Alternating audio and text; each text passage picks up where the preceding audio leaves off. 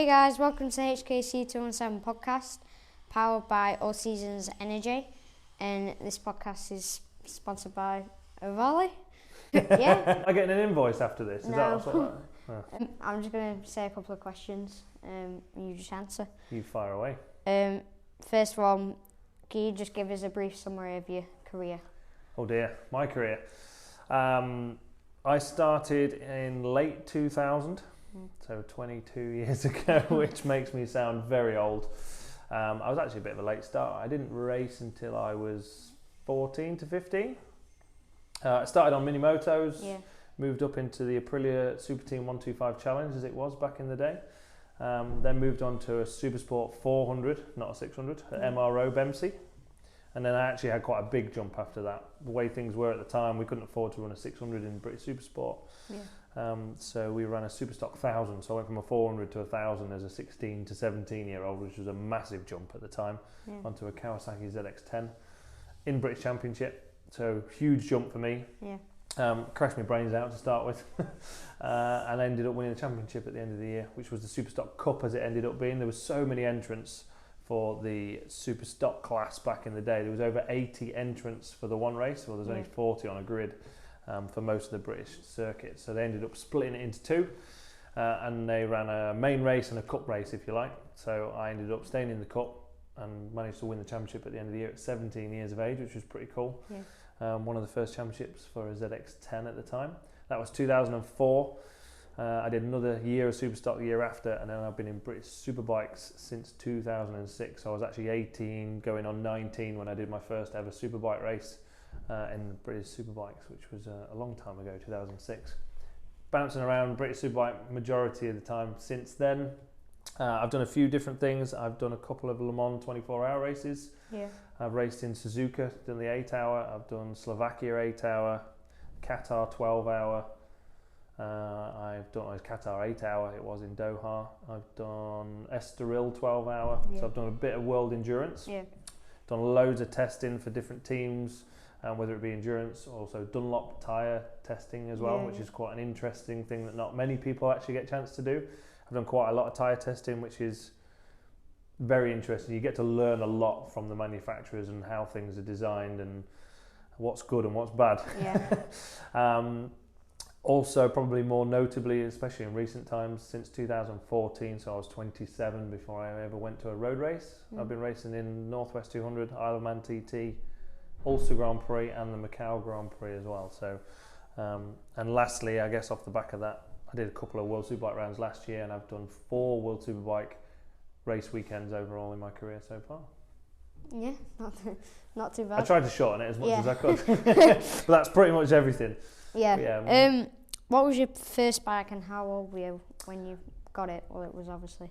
So I actually, Minimoto wasn't my first bike, but I grew up around racing. So my dad used to race back in the 70s, race Grand Prix level as well. So my dad actually raced at Grand Prix, had a really bad accident, ended up being in the hospital for nearly 2 years, not good, came back out, never raced again, but was already a mechanic, development engineer, ran different teams at Grand Prix level even, so 250s and 125s. So I kind of grew up around that era. So like when I was 4 years old in 1991, I did half of the Grand Prix season with the Grand Prix team, which is pretty cool, although I can't remember most of it obviously. So I've always grown up around bikes and I've always wanted to race bikes. My dad would never let me have one, push me to football, cricket, golf, darts, anything that was low risk and high wages. That's what he wanted me to do. My answer to that was I bought a Kawasaki AR50 and a wheelbarrow full of bits. It had not ran for about 10 years off a mate for 50 quid. I was 12 years old when I bought it. That all came about because I went to Cadwell Park as an 11-year-old and Casey Stoner, Chaz Davies, all them sorts of riders were riding in the Aprilia Super Team Challenge at the time at the British Championship. So I was there as an 11-year-old and it came over the tannoy. Casey Stoner's 12 years old and I was like, 12 years old, I'm only 11, I can do that in a year's time. And Dad was like, absolutely no chance. So I used to get £1 a week pocket money at the time, that's all I got. So I saved my money for a whole year, so I had 50 quid and I went and bought an AR50 and a wheelbarrow full of bits and hid it around the back of the house because I didn't tell my dad that I bought a bike. That's how it all started. Pretty cool. Can you remember your first win? Ooh, that is a good question, actually. It would have been a mini moto race, and it would have been in 2001. Can't really tell you where it was at. Alright. Not entirely sure. Can you tell us how old were you? Yeah, so I'd have been 13, 14 at the time.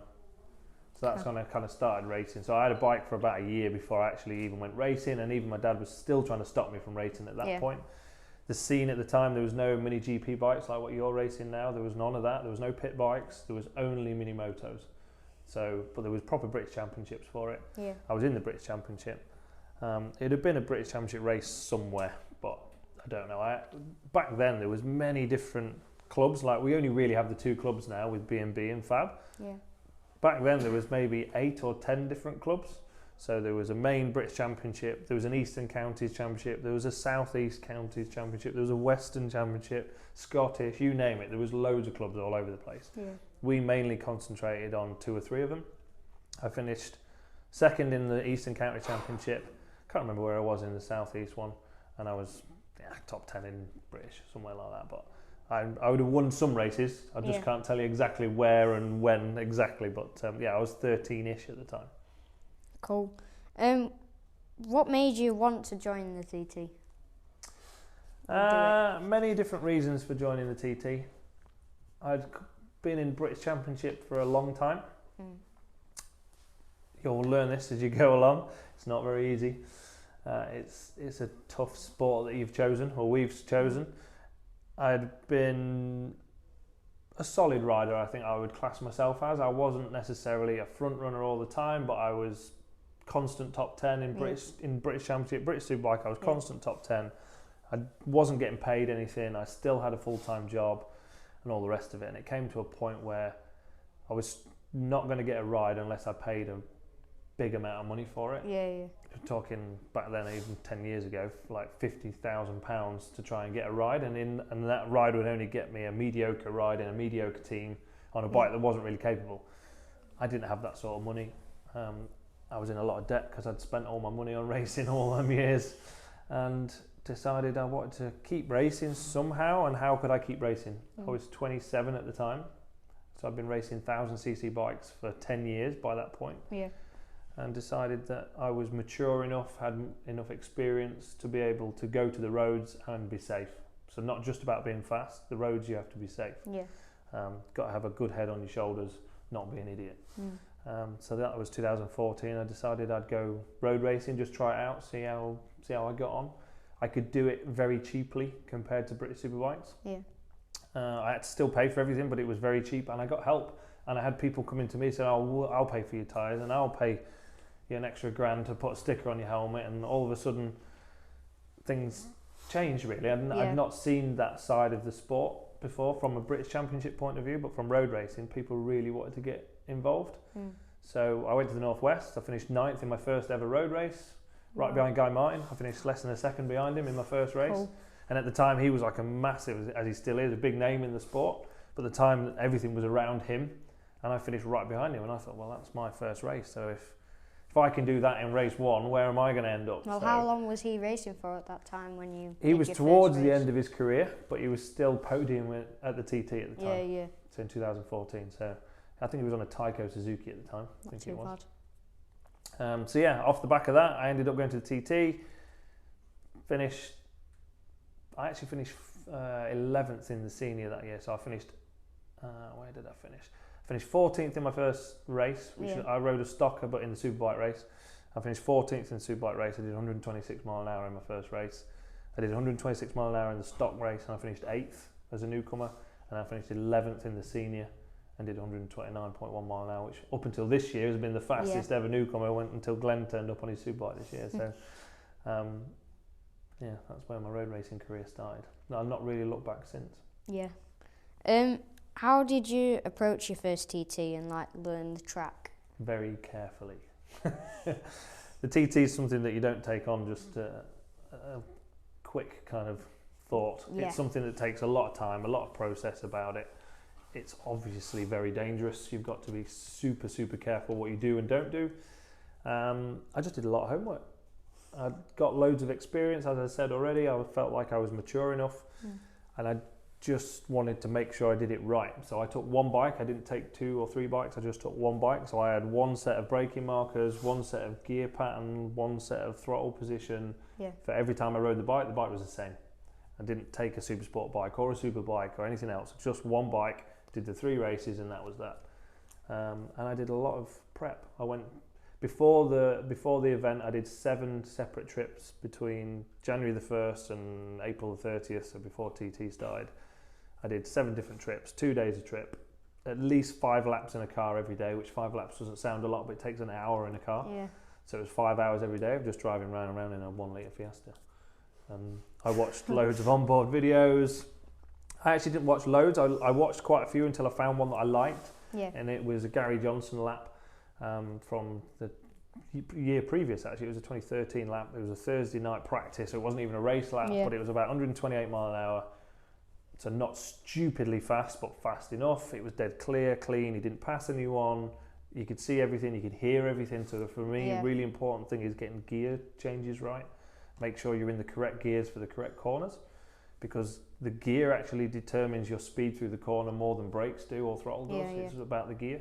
So I really wanted to understand where he was, and once I found that lap, I just watched that lap over and over and over and over, and then I'd drive the course, I'd watch the lap, I'd drive the course, I'd watch the lap, and I'd go through in my head where I think I wanted to change it. So there was some corners he was in 4th gear through, which on TT gearing is super fast. Yeah.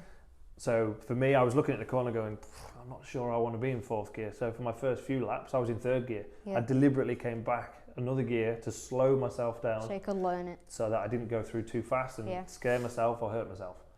So there's a big thought process went into it over probably 6 months of actually doing my first TT. Do you have any superstitious habits before going racing or? Not really. I'm not a very superstitious person. The only thing I would say is I do have a little routine. Yeah. But if I was out of that routine, it wouldn't really bother me. But like when I put my leathers on, it's always like right leg, right boot, left boot, right arm, right glove, left. I don't know why. Same with me. But that's just the way I've always got ready. That's what I do. But if I did it different, it wouldn't really bother me. Yeah. I'm not particularly superstitious. What's your favourite BSB track? Ooh. I don't really have a favourite. So the reason I don't have a favourite is, first of all, I love racing bikes. Yeah. So we could set some cones out in the car park outside, and I will quite happily race around it, and I'll enjoy myself as much as I do on anything else. The other reason, well, I wouldn't say it's a reason, but I've never had a favourite, is if you have a favourite, then you have a least favourite. Yeah. And the problem with that is you're beaten before you go to that track. So if you're going to a track that you think, oh, I really don't like this track, you're done before you've even started. I've never had that thought.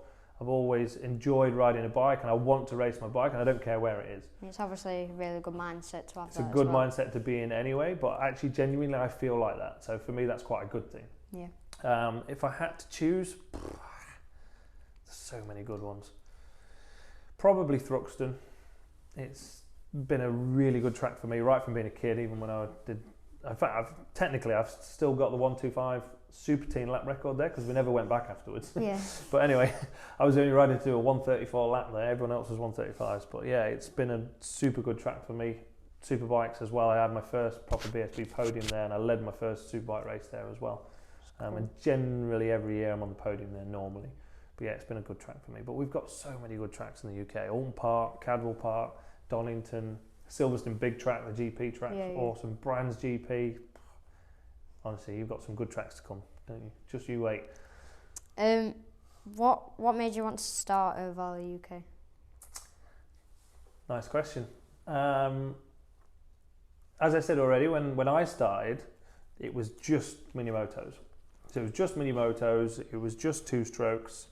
Even when I came up through the Aprilia Challenge days, everything was meant to be standard engines. But there's standard engines and then there's standard engines.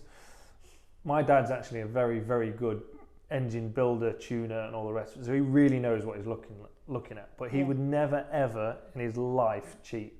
Like, he's just not that person. And I got obliterated left, right and centre from other standard bikes. But for him, it didn't make any difference because he wanted me to learn.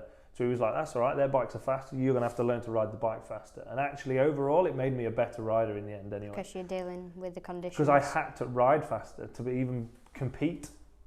Also, being a taller rider didn't help either because I'm a bit heavier. Yeah. So that always means that you're going to be a bit slower in a straight line, you accelerate slower, you actually slow down slower because you can't stop as fast. Once you're a bit heavier, you take more inertia, it takes longer to slow down. But it meant that I'm have to ride the bike in a much harder, faster way to get the same end result. Yeah. And the good thing with that is, and it even shows now, even TT, I think a lot of that is because of what I had to learn as a kid, riding the wheels off the thing. Yeah. You know, I raced against Sam and Alex Lowe's in the Aprilia Super Team Challenge, and they were about your size, and I was still 6 foot. But they would pass me on every straight, and I'd pass them on every corner. And then they'd pass me on the straight, I'd pass them in a corner. So I was riding really, really hard. So when we did move up the next level or next class, I was already riding faster. And then when you have the same bike as them, like so properly. Exactly that. So for me, the Ohvale series is about trying to make things as fair as possible, which is what I didn't have growing up. Yeah.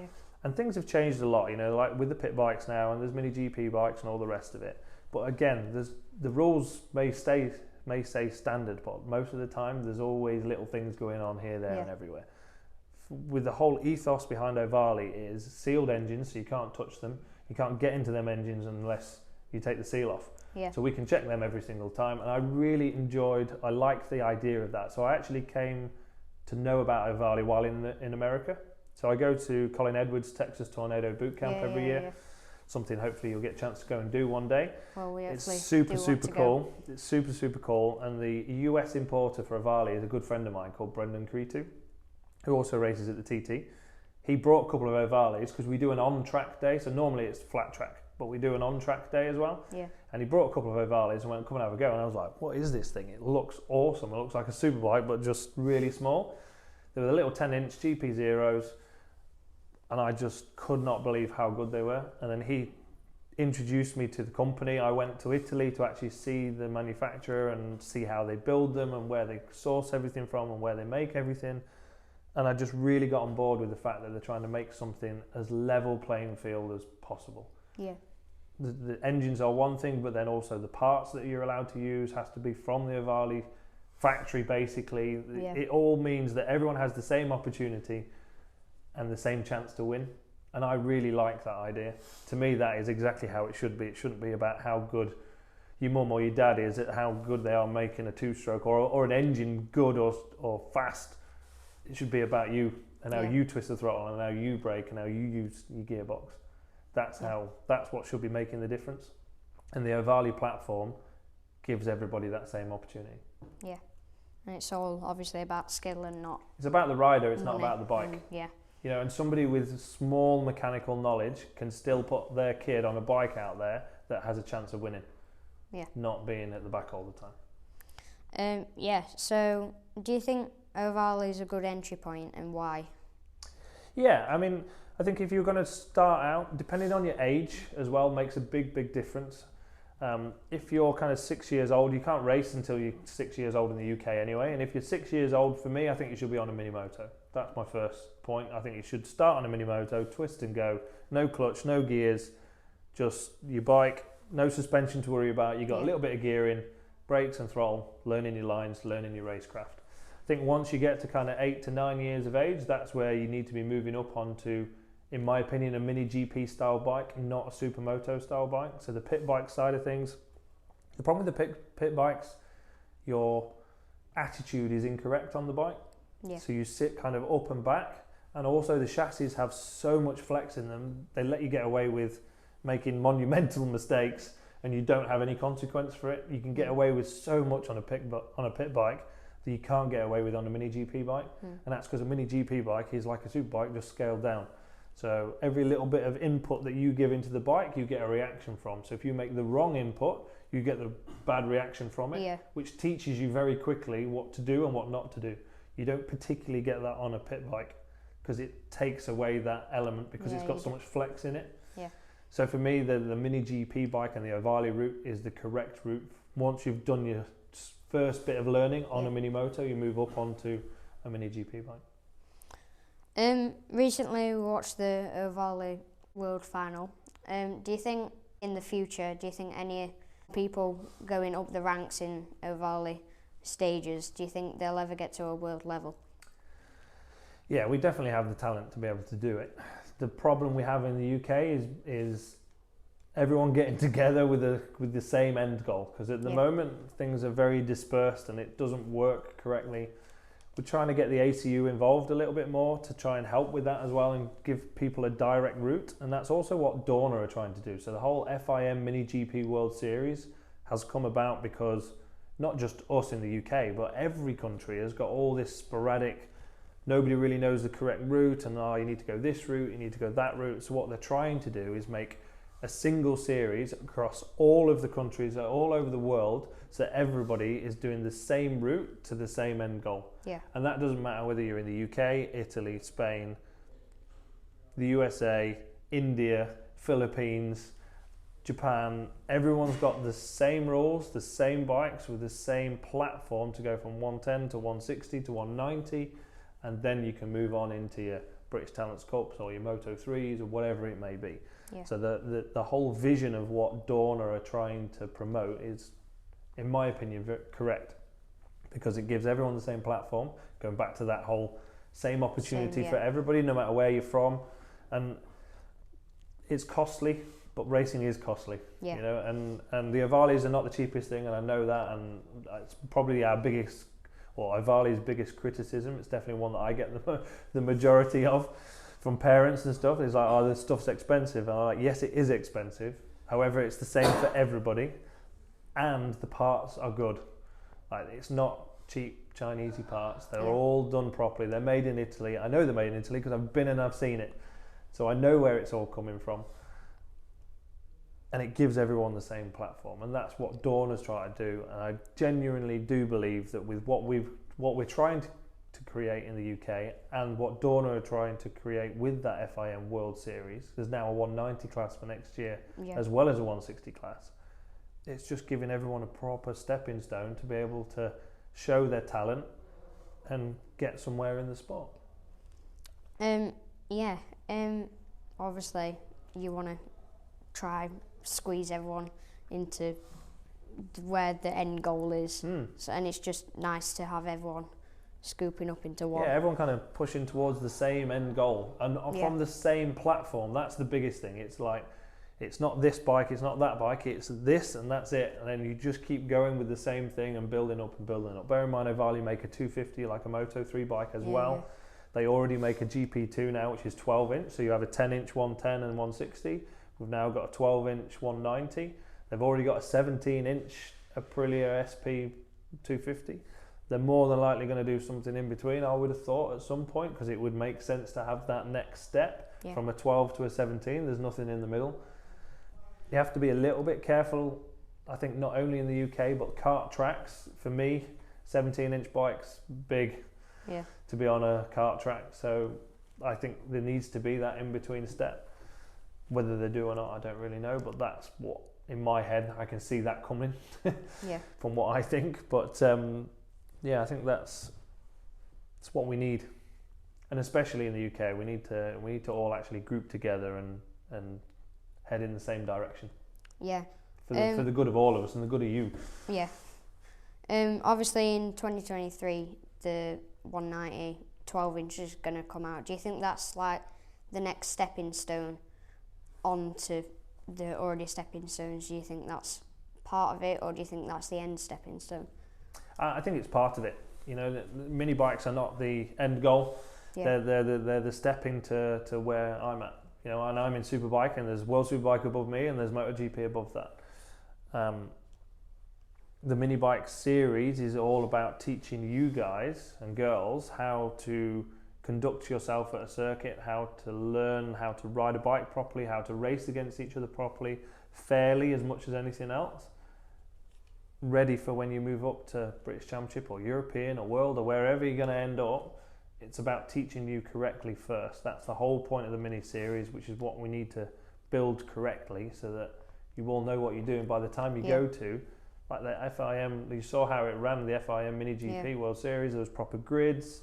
There was a proper set out platform, Amazing. exactly as the MotoGP runs. It's exactly the same. Yeah. You know, the way that they structured all of it was just, it was literally a mini GP, which is the whole point.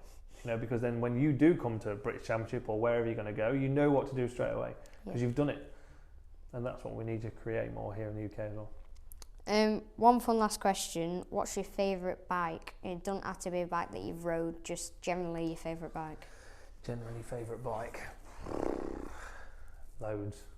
But I would say a bike that, or any of the current crop of MotoGP bikes, they're just ridiculous and amazing, all in the same thing for me. So I've never had chance to ride a MotoGP bike. Yeah. I've ridden a CRT bike, so like almost so an Aprilia engined CRT bike, but I've not ridden a proper MotoGP bike yet, which I probably never will get a chance. I'm too tall and too big, but anyway. The Ducati looks ridiculous. Looks a little bit like an alien. I think if I had a choice of all of them right now, I think I'd ride the Aprilia. I think if they're all lined up, I think I'd want to have a go on the Aprilia. I think it looks nice, works nice. Yeah. They've had a good year on it this year, haven't they, with Elation? Yeah, they have. Yeah, I think I'll go with that. Yeah, so that's everything. Thanks for coming on, and obviously thanks for inviting us down here. You're welcome. And do you want to plug any socials or anything? I'm not too bothered about my socials as such, but anybody that is interested in obviously getting involved in Ohvale, whether it be from a 110 or 160, 190 or anything else, then yeah, head over to the Ohvale pages. We're on Facebook, Instagram, mainly them two. You can have a look at my website, which is peterhickman.net. You've got loads of information on there, loads of links through on there, and if all else fails, there's phone numbers and emails on there as well, so you can get in contact direct. Obviously, you can watch this podcast in video form on YouTube and also in video form on Spotify. If you just want to listen to it, you can watch it on any podcast app. Just search up HKC 217 podcast and it'll come up. So yeah, that's everything. Spot on. Thanks. Cheers, dude. Thanks for coming on. You're welcome. No problem at all. Bye.